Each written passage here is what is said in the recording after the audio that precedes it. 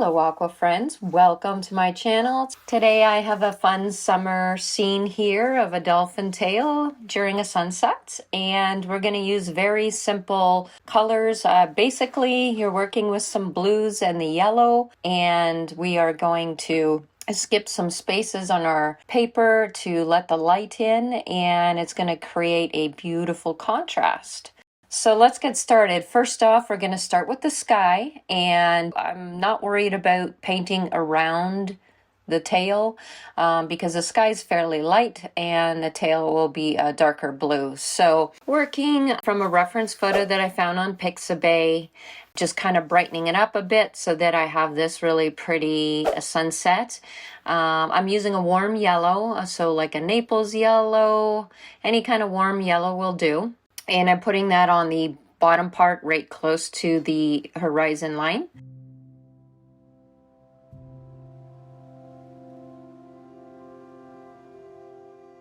If you're worried about making green, notice that I did touch a little bit of that red towards the top of my yellow. I am going to very much try to keep the blues and the yellows separate as much as I can because I obviously don't want to make green in the sky. And I'm using a sweeping motion. I'm using a very nice flat brush here. I think it's a 1/2 inch flat brush.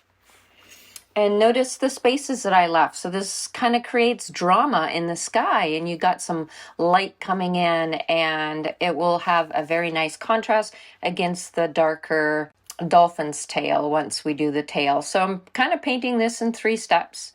The first part is painting the sky, and the second part we will do the water, and the tail will be last. Increasing the saturation right around the sunspot. I'm getting it a little bit of a darker yellow there. I'm at the bottom of the barrel with my yellow color. Notice that my palette for the yellow is pretty empty. Now, you'll notice some dots on my paper here. So just to let you know, you don't have to do this, but I did take a little bit of masking fluid and I put a couple of dots along the horizon line and around the tail where the sun is sparkling on the water and creating light. So that's optional. While I was waiting for my sky to dry is when I did that. And again, where the yellow is, I'm putting that yellow reflection where the sun is setting. And in between that, I'm filling in with my blues. For the sky, I did use a warm blue, like a peacock blue. And for the ocean, I'm using a bit more of a colder blue, like phthalo blue, red shade. It's my favorite cool blue to use.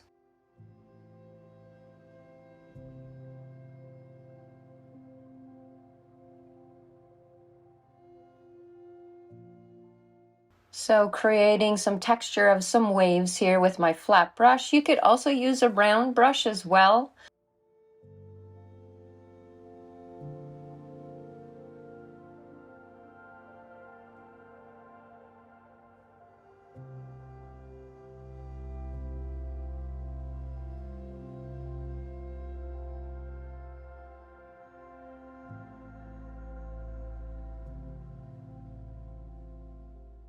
And creating a circular shape around the tail, the shadows of where the tail is in the foreground.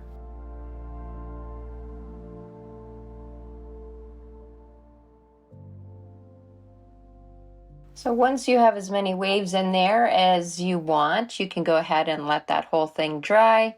Now we're working on that final layer here, and that's the tail. So wetting it first. All 3 steps, notice that we did work wet on wet for all 3 steps. Sorry I was gone for 3 months, guys, but I had went up to Canada to help my parents. They're getting elderly, and there was lots of house projects that I wanted to help them with and just spend the time with them. And I also moved across the country. So I moved from Pennsylvania to Florida and had to get my art room set up. It was just a big step. But I am pretty set up here and was able to get this fun project together for you this weekend. You'll always take your lightest colors first And where I see the reflection of the sun and the lightness on the tail, I'm adding in some of those yellows with a little bit of my red in my palette. So notice it's kind of like a little bit of an orangey color here. And then I'm going to come in. I don't want to wait for anything to dry. I'm going to come straight in with my blue. I'm going to map out my blue.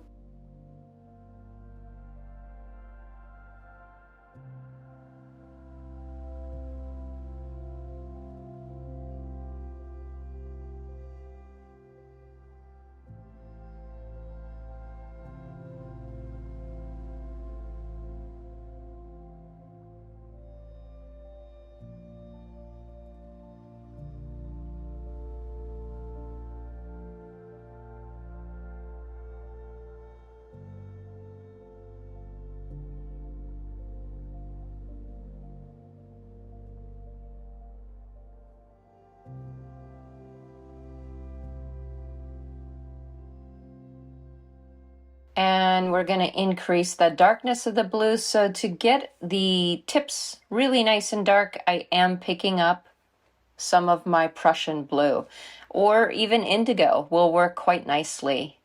Okay, so notice that contrast. As soon as I put that on there, that's a nice, beautiful contrast, and it's really drawing the eye to the main subject here.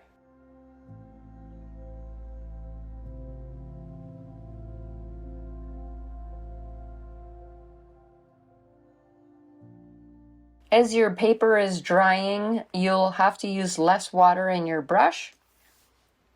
Less water will make your painting darker. The pigment, you'll have more pigment versus the water ratio.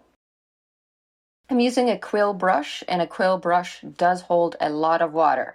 Now notice that I wiped off all that moisture. So I have a very dry brush, and I'm just pulling the color down, and I'm pulling it in this direction that I want those texture of the fin to go. So notice I just pull. I have a big chunk of paint there actually, and I'm pulling that up and out towards the tips of the fin.